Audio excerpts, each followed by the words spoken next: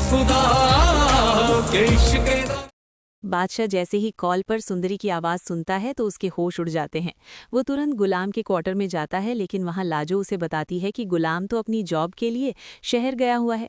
बादशाह बेचैन होकर पूछता है, लाजो अम्मा सच बताओ, गुलाम किस लड़की को लाया था, क्योंकि मैं उससे मोहब्बत करता हूँ। जिसके बाद लाजो घबराकर बता देती है कि वो आशिक अली की बेटी सुंदरी को लाया था। ये सुनते ही बादशाह तुरंत खुर्शीद के पास जाता है और उसे खुशखबरी देता है कि फूफो, आपकी बेटी मुझे मिल गई है और मैं उसे बहुत जल्द गुलाम से वापस ले आऊंगा। और दूसरी तरफ जहांदर को भी इस बात का पता चल जाता है कि बादशाह को सुंदरी का पता चल गया है और वो उसी से मोहब्बत करता है।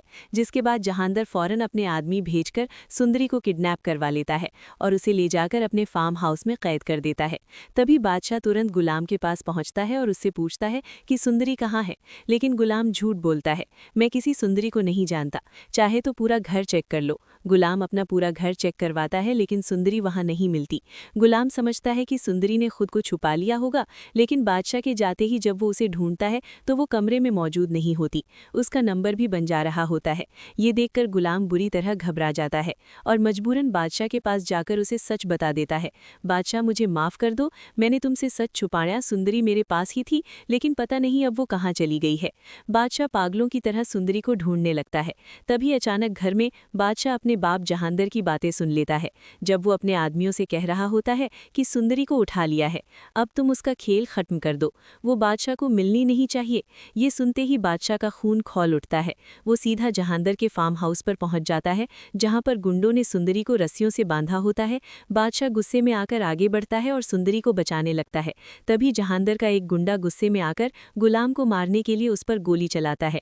ये देखकर बादशाह तुरंत उसके सामने आ जाता है और वो गोली बादशाह के कंधे में लग जाती है।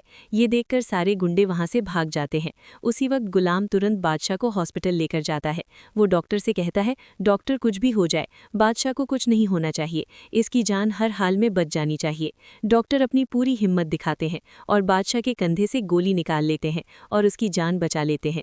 बादशाह को जैसे ही होश आता है तो गुलाम रोते हुए उसके कमरे में जाता है और कहता है, बादशाह, अगर आपको कुछ हो जाता तो मैं खुद को कभी माफ़ नहीं कर पाता, मुझे माफ़ कर दो कि मैंने आपसे झूठ बोला। इसके बाद बादशाह तुरंत पुलिस में रिपोर्ट लिखवाता है कि सुंदरी को किडनैप किसने किया था। वो अपने ही बाप के खिलाफ एफआईआर कटवा देता है। अगले दिन पुलिस तुरंत सुंदर हवेली पहुंचती है और जहांदर को अरेस्ट करके ले जाती है। बादशाह सुंदरी को सही सलामत लेकर आता है और उससे पूछता है, तुम किससे मोहब्बत करती हो?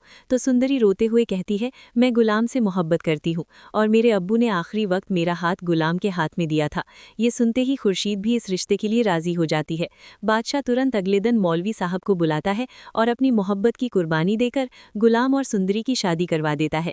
इसके बाद वो अपनी अम्मी साहिब जान के पास आता है और कहता है, मैं मिर्ग से शादी करने के लिए तैयार हूँ। जिसके बाद वो भी अपनी कजिन मिर्ग से शादी कर लेता है। और दोस्तों, आपको क्या लगता है, हमारी ये प्रिडिक्शन सही होगी या गलत? अपनी राय कमेंट्स में ज़रूर दें। वीडियो पसंद आई हो तो वीडियो को लाइक, शेयर और हमारे चैनल को सब्सक्राइब ज़रूर करें। ये हमारी प्रिडिक्शन है जो सिर्फ एंटरटेनमेंट